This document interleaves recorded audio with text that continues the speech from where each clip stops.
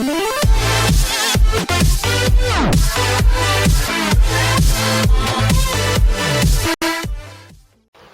Internet. Today's film is going to be a little bit different. In the 3 years that I've been doing this project, I've been mostly in Area A and a little bit in Area B and C, of course. Area A is where Palestinian cities are, where most Palestinians tend to live in the West Bank. When I'm there, I'm usually asking questions about Israelis or about peace, coexistence, how Palestinians feel, and there just seemed to be so much hate.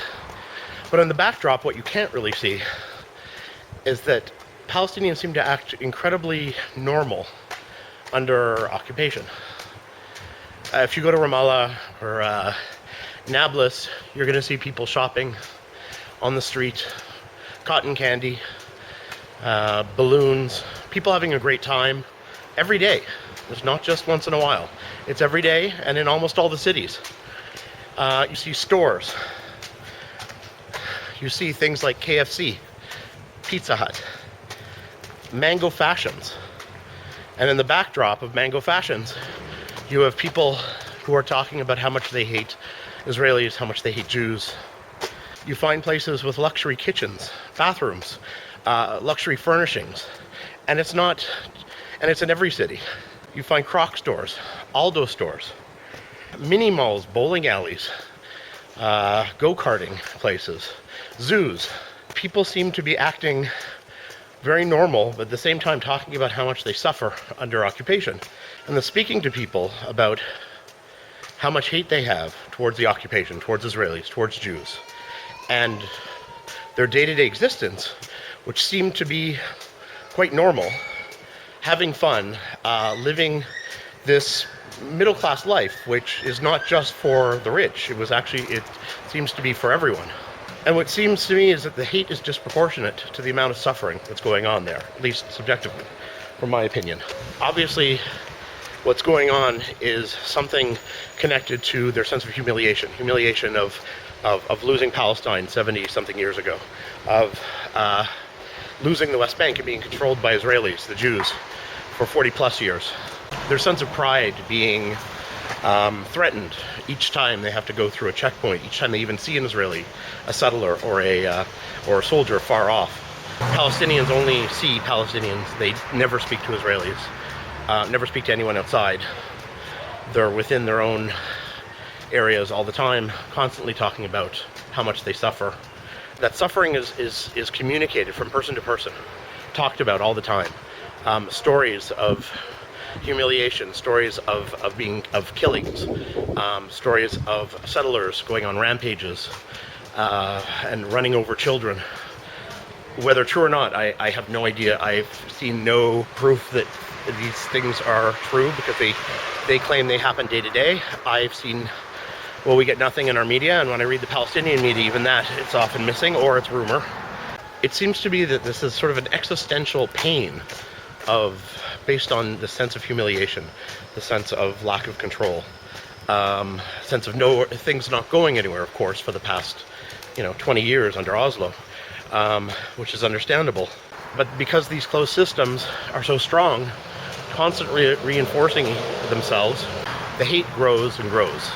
The sense of blaming Israelis and Jews for everything that happens grows all the time and results in these explosions of violence, which periodically come into the intifada, or whatever you want to call it, until those emotions are gone.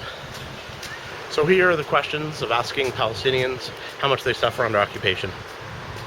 There's a similar shot to this in Ramallah called من 1 ل 10 قديش الاحتلال مثلا أثر عليك؟ علي شخصيا 8 or 9. Like, give an example. ممكن تعطينا مثال كيف أثر عليك؟ يعني ممكن فترة قريبة أيام مدرسة وزي هيك لما كنا نداوم يوم في المدرسة أفضل أسبوع. During my school years, we used to go once a week to school. Like one day we would go to school, and then the school would be closed for the rest of the week. So this affected our studies and our schools. Okay. How much do you feel you suffer under occupation? From number 1 to 10. 10 is the highest, 1 is the lowest. 11. 11? 11. Describe that. I'll tell you why. Because I can't travel as easy. I cannot. You can't travel as what? Travel as easy. Okay. I cannot travel between cities even. I'm talking about the West Bank cities. I can't travel through the West Bank cities as easy. I can't go to Bethlehem. If I'm invited to an event in Bethlehem, I have to make sure that I am ready about 4 hours before, and then make sure that I'm going to come back home safe, because the roads are really bad and the checkpoints are really it stops the. And if I tell you the distance, you really No, I know the distance. I've been there. There's currently no checkpoints, but there were before, yeah. the distance exactly is about 16 miles. Yeah, I know. which I've takes about- traveled between these two. Yeah, but for us to go around that 16 miles, it'll take us about an hour and a half.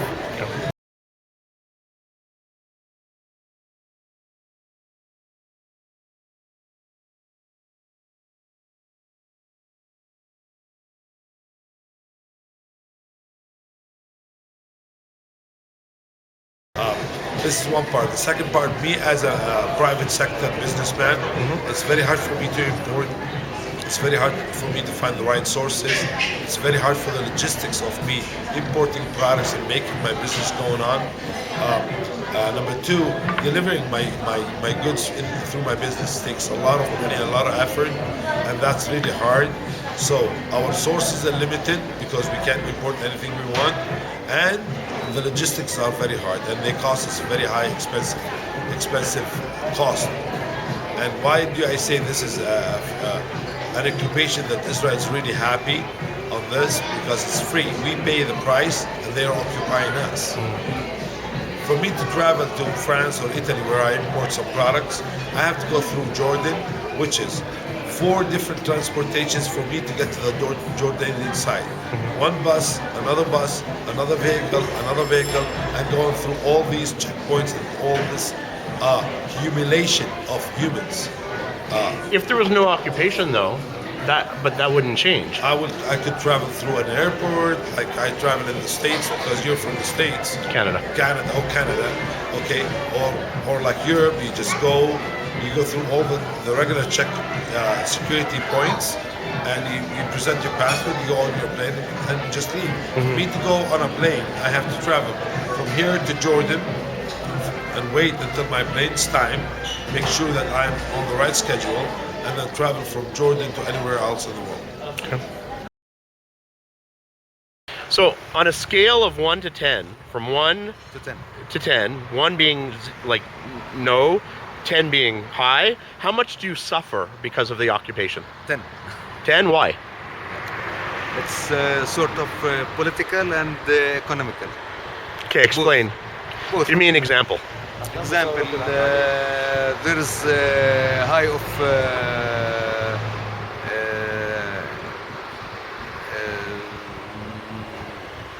challenges here. You can't live, you can't transport from city to another city. You can, yeah. Yeah. Between cities. Between cities. Mhm. It's a little bit one of the most important things in our life, to transport. Okay. Okay, that's the biggest. Yeah. Okay. It's the biggest challenge.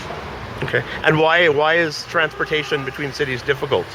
Because of occupation and checkpoints. But I was on the road, there were no checkpoints. Between the cities there is. I've been there You can- for a month now, I haven't seen anything. You can enter Jerusalem right now. Oh, between Jerusalem, yes. Yeah. You mean? No, I meant Bethlehem, like Bethlehem or There is Nablus. There is a checkpoint. I haven't seen any. You should see. Go with the local, the yellow caps. You'll see it. No, I've been driving around for There is. years There is. actually, There but is. okay, I only There saw is. one. Okay. There is 2 checkpoints to Bethlehem, Kalandia, and container checkpoint, and That's into Jerusalem. To no, Jerusalem. It's to Bethlehem. Wait, I drove around Kalandia, around Kalandia. and then you go towards what's it called? Shaba, there is a checkpoint Hizmeh. there. You go Hazma. through Hizmeh, Yeah. and then you keep going to Bethlehem. There was Yeah. no checkpoint. There is 2. But I just was there. There was no checkpoint. There is.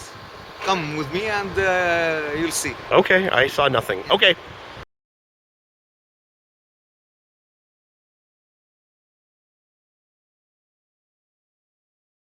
So we're at a flying checkpoint in the West Bank, and I want to ask you, from 1 to 10, how much do you suffer under occupation? اوكي هلا حكى هو في الانجليزي انه احنا هنا على حاجز، وقديش انت بتعاني كفلسطيني من 1 ل 10؟ انا بعاني كثير يعني. I suffer a lot. هي ثاني مرة باجي يعني This is كل the second مرة time بقعد that نص I ساعة come, and هيك. each time I would stay 30 minutes. يعني بتأخر كثير على الزباين I would be وهي very بتجينا late for مشكلة my كثيرة. clients, and this is a big problem that we face. Yeah, 30 minutes or free would be difficult. Sorry to be بالضبط. ironical. كل يوم نفس الشيء، يوم شرطة يوم جيش. And every day What? it's the same thing. Either So why is there a checkpoint here? they're police or soldiers. ليش في هون حاجز؟ هيك هيك؟ يعني because- بس عشان يغلبوا الناس. Just to you know, annoy people. Okay, thank you, Domino's guy. ايش اسمك؟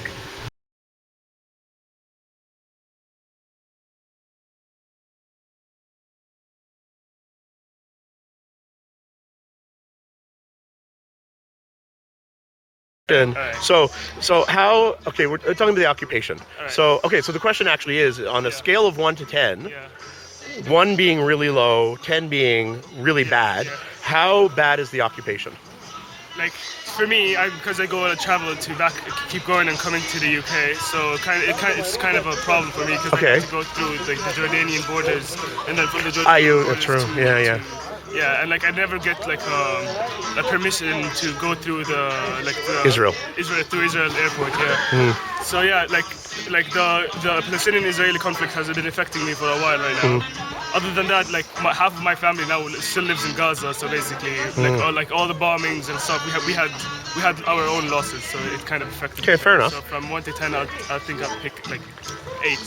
Yeah. Okay. In terms of day-to-day life within the West Bank, in Palestine, what?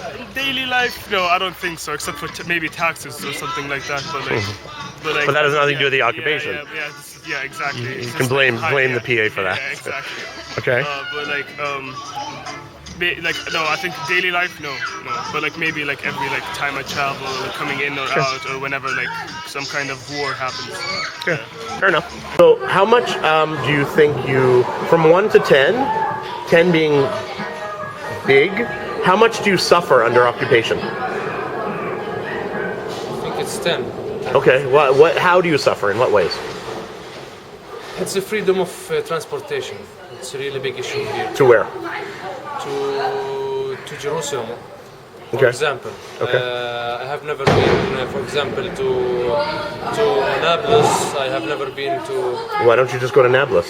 because it's difficult to go to Nablus. I go all the time. Come on. You go all the time, but I just have a difficulty of. I just get worried a lot when Okay. going to Ramallah, to Nablus, because you always have a checkpoint.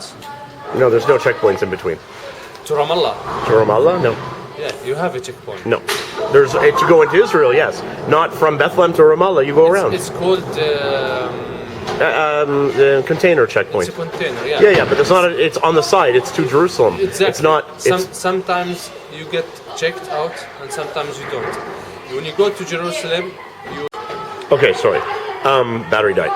So wait, you're talking about, so you even go to Ramallah, you generally don't have a checkpoint. It's only sometimes. Sometimes, yeah. Okay, but you're depends. talking about it's more in your mind, like the idea that you might have a checkpoint. Yeah. I have a bad experience about it actually. So what happened?